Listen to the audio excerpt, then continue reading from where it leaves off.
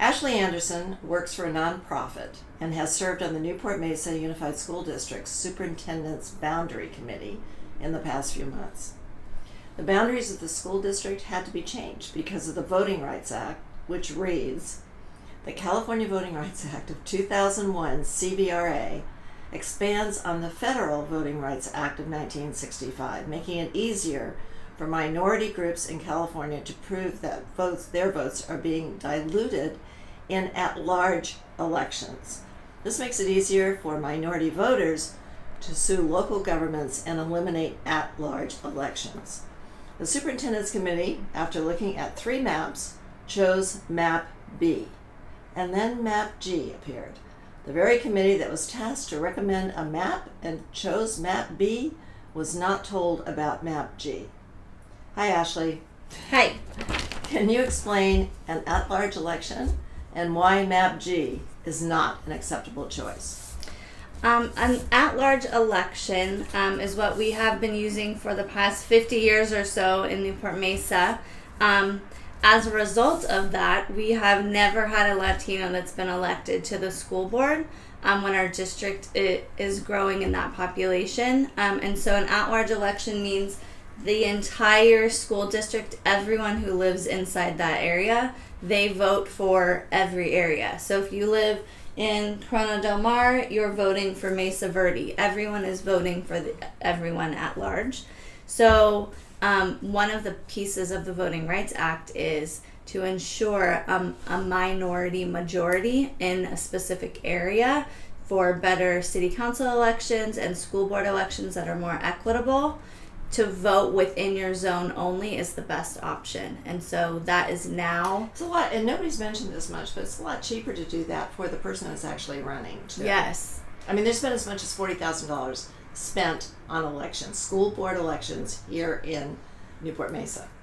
Yes, and the ideal population amount within each of the zones is 27,789. So only 27,000 people within each zone is an easier way to communicate with people. Okay, which zone really, or which district is really the one that is the protected zone? The protected zone, and per the Voting Rights Act, the protected class is Area 7, District Area 7. That area is predominantly Latino, and because of that, the Voting Rights Act ensures that they will be represented. Unfortunately, that has not been happening in the district. The census records for the past 50 years have also not been used, so as the population has fluctuated, we still are using outdated information, which is partly why we have an area that's as large as Area 4, which was all fields 50 years ago when these districts were drawn. Yeah. And so that is a piece of it as well.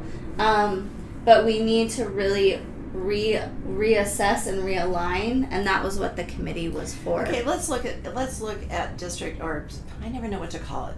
Zone 7, District 7.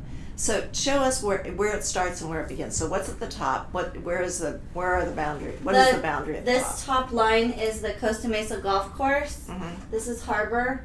It goes along the Costa Mesa Golf Course, Estancia, and then it dips down into the neighborhood, into where the bluffs are, where Fairview Park is. Which is an interesting choice. But yes. Let's continue. So then it goes on to the riverbed, right? Yes. And then what is the bottommost boundary? The bottommost boundary is 15th Street, so this is Newport Beach, and so this map to us made the most amount of sense. Something that's also important is when the 2020 census happens, these will be changed again, because now that we are aware and paying attention to what those lines should be based on population, it could be subject to change. And so this is specifically for this is most important also for the 2018 election, that we have the population is correct and the boundary lines are drawn appropriately. Okay, let's talk about money. So the Newport District was sued, Newport Mesa District was sued for $100,000, correct? Yes. And then how much have they spent with this situation? with Well, land? Decision Insight is the demography group that has been tasked with coming up for our committee. There's map A, B, and C. It was around $100,000 as well for that. So we came up with map B unanimously. Trustees from people representing each trustee area from Newport and Costa Mesa came together and as a committee decided map B was best. We went forward with that. That was the recommendation to the school board. There's a special study session, and apparently that was not what the board wanted. Okay, so somebody came up with map G, and apparently that somebody is... We never knew who that was all summer long, and that is a district representative. We learned on Monday there was an optional committee meeting, and we learned that Tim Holcomb, who works for the district, is new to the district, not from Costa Mesa or Newport. He used some of the information from Decision Insight, but on his own came up with map G. He didn't respect communities of interest in Costa Mesa. He said specifically, well, I started over here in area 4 and then I kind of looped around. Oh, how nice. So it just isn't, the public wasn't informed, there wasn't transparency in that process, and he is not a professional demographer. Okay, so how does that, all right, so I think you have a chart there. Maybe you could just show that chart briefly. This is a chart that's from Decision Insight. When they were given the information about map G, they came back with this, which is why we didn't realize that it didn't actually come from Decision Insight. This was just based on what they got. So which of these charts looks lower? If we're talking about population equalizing, look what happens to area 7. It goes way down. All of the other areas have over 14% of the population, and area 7 goes down to 13.7%. Okay. That is not equitable.